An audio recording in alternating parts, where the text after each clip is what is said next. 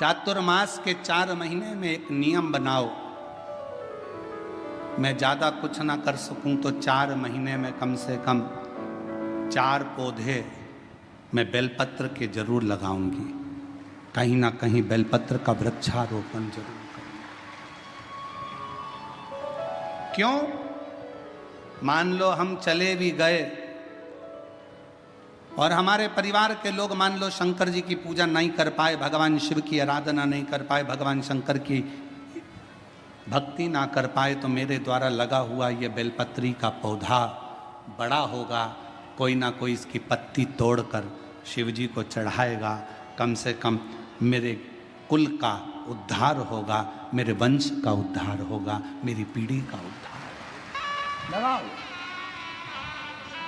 हम ज़्यादा पौधे लगाने का नहीं बोल रहे आपसे तो 4 महीना चतुर्मास के 4 पौधा लगाने का एक बना लो कि मुझे एक बेलपत्री का पौधा हर महीने लगाना है।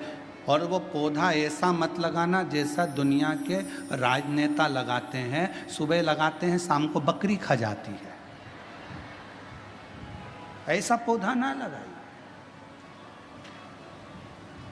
बुरा लगे तो बोल देना, रे भाई हो हमारी बात का लोगों को बुरा बहुत लगता है इसलिए अभी बोल दे रहे हैं, क्षमा मांगते हो। ऐसा पौधा ना लगाइए कि सुबह लगाया शाम को बकरी खा गई, नहीं, पौधे का ध्यान देना है जाकर। और पौधा इतना सा भी मत लगाना कि उसको पनपने में टाइम लगे, थोड़ा बड़ा करो अपने घर के अंदर, एक गमले में लगा लो, 2-3 महीना बड़ा कर कर पौधे को, जैसे एक बेटी को पाल पोस कर बड़ा करते हो, बच्चों को बड़ा करते हो, ऐसे बेलपत्र के पौधे को बड़ा करो, उसको खूब परवरिश करो, फिर उसको कहीं ऐसी जगह जाकर लगाओ जहाँ तुम अगर पानी भी ना दे पाओ तो उसको कम से कम पानी मिलता रहे और वो बड़ा होकर भगवान शंकर के ऊपर उसकी एक बेलपत्र चढ़ती रहे, ऐसा भाव रखो। पेड़ पौधे तो बहुत लगते हैं, रोज मीडिया पर भी आता है इतने पौधे लग गए, इतने पौधे लग गए, मालूम पड़े वो पौधे फिर दिखे ही ना, तो क्या मतलब का? पौधे लगाओ, ज्यादा नहीं तो एक लगाओ पर सुरक्षित लगाओ। लगना चाहिए कि तुम्हारा लगाया गया पौधा। बेलपत्र का पौधा माता पार्वती जी के द्वारा प्रकट किया गया। बेलपत्र के वृक्ष की गणना करी गई। बेलपत्र के वृक्ष की जो जड़ होती है उसमें मां गौरी का स्थान होता है।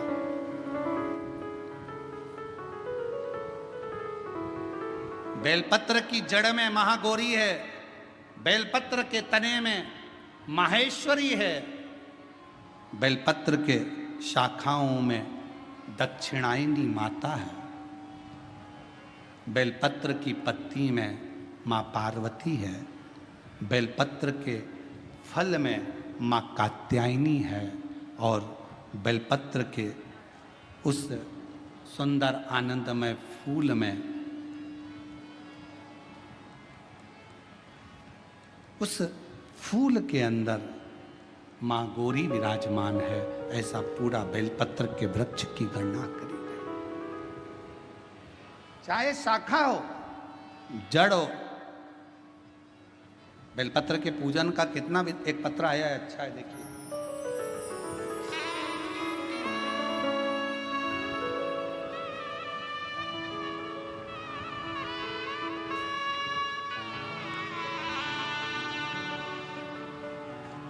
बाबा का स्मरण करना प्रारंभ करा और बाबा की कृपा से 2024 7 फरवरी को शिव जी की कृपा से मेरे घर में पुत्र रत्न की प्राप्ति हुई। मैं बाबा को यहाँ प्रणाम करती हूँ, नमन करती हूँ। और तेरी कृपा का क्या है भरोसा, कब किस पर हो जाए, जरा सी हम पर कर दो। एक बेलपत्र का फल क्या? बेलपत्र के वृक्ष के नीचे अगर एक लोटा जल आप भाव रखकर हृदय से शिव जी को समर्पित कर रहे हो तो शिव उसको स्वीकार कर, शिव उसको स्वीकार कर।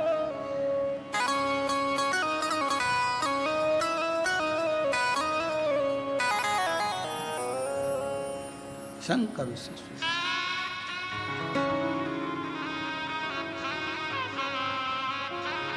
कोई साधारण नहीं है बेलपत्र का पौधा।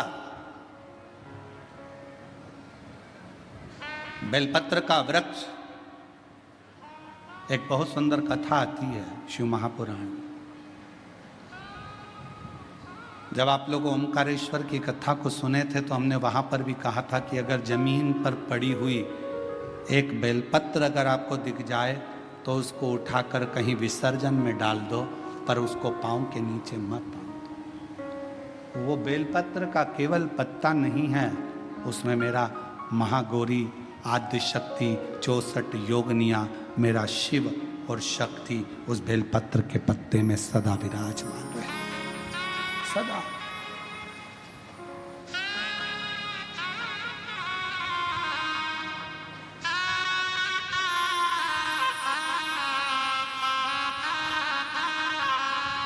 आप उसको जितना हृदय से पूजोगे, भारत की सभ्यता, भारतीय संस्कृति, भारत का एक आनंद सुख है ये कि हमारे यहाँ पौधों की भी पूजन होती है, हमारे यहाँ नदियों की भी पूजन होती है, हमारे यहाँ पशुओं की भी पूजन होती है, हमारे यहाँ पक्षियों की भी पूजन होती है, हमारे यहाँ तलातल, रसातल, पाषाण की भी पूजन होती है, हमारे यहाँ जल की भी पूजन होती है तो थल की भी पूजन होती है। शिव तत्व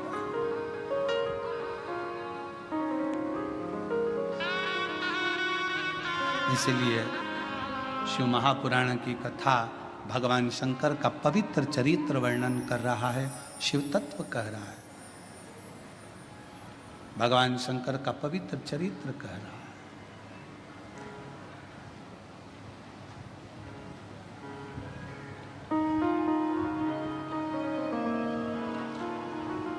कि तेरे भरोसे मेरी गाड़ी, तू जाने तेरा काम जाने बाबा। तेरे भरोसे मेरी गाड़ी, तू जाने तेरा काम जाने। ओ भोले तेरे भरोसे मेरी गाड़ी, तू जाने तेरा काम जाने। श्री शिवाय नमस्तुभ्यं। श्री शिवाय नमस्तुभ्यं। श्री शिवाय नमस्तुभ्यं। सब दुख काटो मारा, ओ भोला सब दुख काटो मारा। शिव शंकर जपूं तेरी माला, भोले बाबा जपूं तेरी माला। भोला सब दुख काटो मारा, ओ भोला सब दुख काटो मारा। देश है मंगल मंगलकारी, देश है मंगल मंगलकारी। शानवासी हमारा, शानवासी हमारा। भोला सब दुख काटो मारा, हो भोला सब दुख काटो मारा।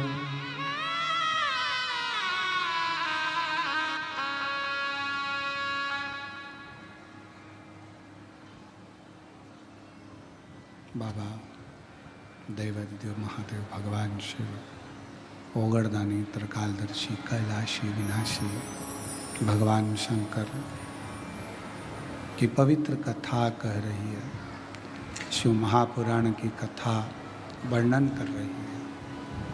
शिव तत्व कह रहा है कि शिवजी को अहम और काम दोनों ही श्रेष्ठ नहीं।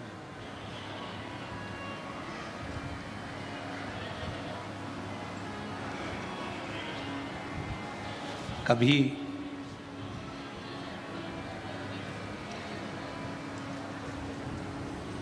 यदि मन में बहुत बड़ा कोई एक बेलपत्र के वृक्ष के नीचे बैठकर भगवान शंकर के मंत्र का 108 बार जाप करने से प्राप्त हो जाता है 1000 अश्वमेध यज्ञ का।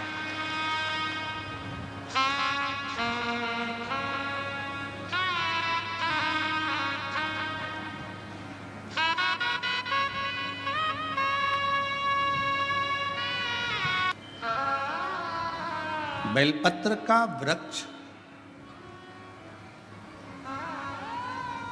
जिसके नीचे बैठकर यदि कोई अनुष्ठान, कोई तप, कोई साधना, कोई व्रत, कोई उपास किया जाए, उसका 1000 लाख गुना फल है।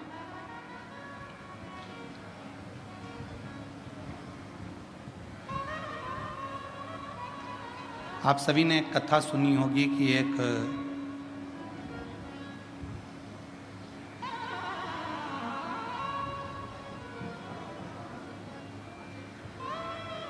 बकरी ने बेलपत्र के पत्ते को खा लिया था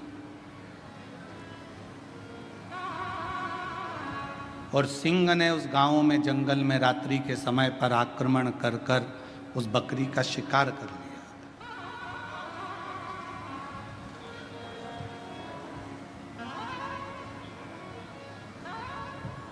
और आखिरी में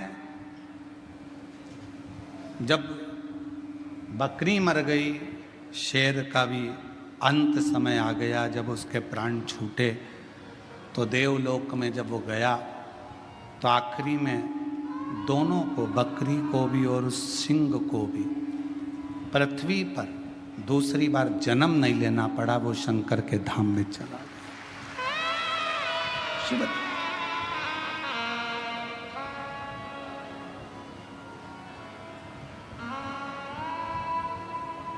शिव की एक अविरल भक्ति।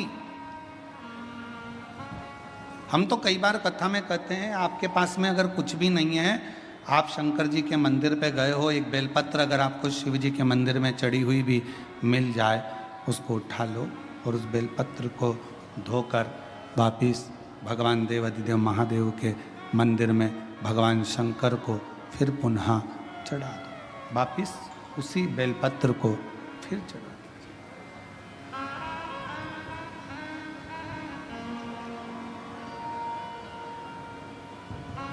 और कई बार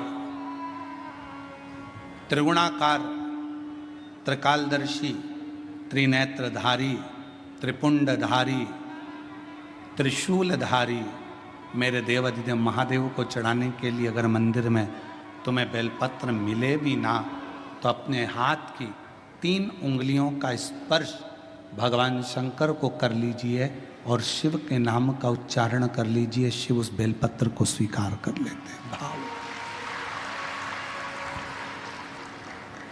एक स्वच्छ भाव, निर्मल मन सो मोहि पावा।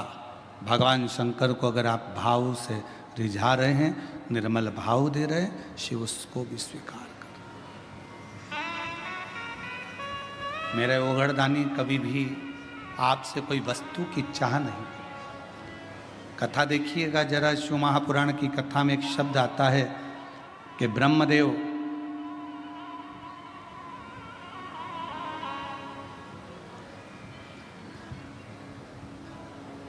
भगवान नारायण के सामने जाकर कहते हैं कि मैं शिव को नहीं स्मरण करता।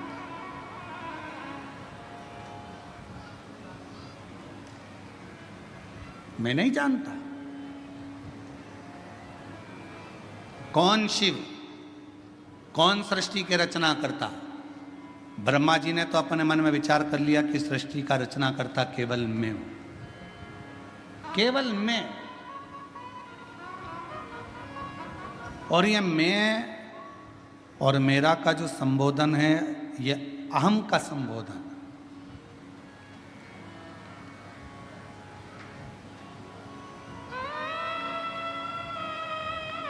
महाराज, हाथ की लकीरें भले आपके हाथ की मुट्ठी में बंद हो, हाथ की लकीरें भले आपके हाथ की मुट्ठी में बंद हो, पर मुट्ठी में ये लकीरें बंद कर सकते हो पर काबू नहीं कर सकते। आपके हाथ की लकीरों में जो लिखा है वो काबू में तो केवल एक देवाधिदेव महादेव ही कर सकता है, उसके सिवा कोई नहीं कर सकता। कोई कौन करेगा? एक पत्र आया, एक पत्र में उसने लिखा, मेरा नाम सुनीता प्रकाश हिवाले है, मैं बेजापुर की रहने वाली हूँ, मेरा मोबाइल नंबर ये है। पत्र को अगर आप देखेंगे तो उसमें उन्होंने लिखा कि डॉक्टर्स, जितने डॉक्टरों को दिखाया सब डॉक्टरों ने एक ही बात कही कि तुम मां नहीं बन सकती। आप ही हैं, आ जाओ, लियाओ बाबू। 17 साल संतान का सुख नहीं था। कितने साल? जम के बोलो। 17 साल संतान का सुख नहीं था। पत्र में आप लोग पढ़ सकते हैं। मेरी शादी को 17 साल हो चुके थे, संतान का सुख नहीं था। डॉक्टरों से इलाज करवाया पर डॉक्टरों ने बोल दिया था कि तुम कभी मां नहीं बन सकती, तुम मां नहीं बन सकती। हम दोनों पति पत्नी डिप्रेशन में चले गए, और दोनों पति पत्नी डिप्रेशन में चले गए। घर वालों ने बहुत समझाया, जो लिखा है ललाट पर वो होता है, क्यों चिंता करते हो? घर के लोगों ने दिलासा दिलाया, सब ठीक हो जाएगा, चिंता मत करो। तब करें तो करें क्या? 17 साल तक इलाज कराने के बाद भी डॉक्टरों ने कह दिया कि मां नहीं बन सकती। आखिरी में हमारे एक रिश्तेदार ने कहा, एक लोटा जल सारी समस्या का हल। तुम शिवजी को एक लोटा जल चढ़ाना प्रारंभ करो, शिवजी का स्मरण करना प्रारंभ करो, सफेद आंकड़े की जड़ का प्रयोग करो, पशुपति नाथ का व्रत करो, और एक बार बन सके तो कुबेरेश्वर धाम जाकर बाबा का कंकर शंकर पूजन करो। मेरे बाबा की ऐसी कृपा हुई, 17 साल के बाद 21 अगस्त 2023 को बाबा की कृपा से हमारे यहाँ 21 अगस्त 2023 श्रावण के पहले सोमवार को ही मेरे बाबा ने पुत्र रत्न की प्राप्ति कराई। मैं बाबा को यहाँ प्रणाम कर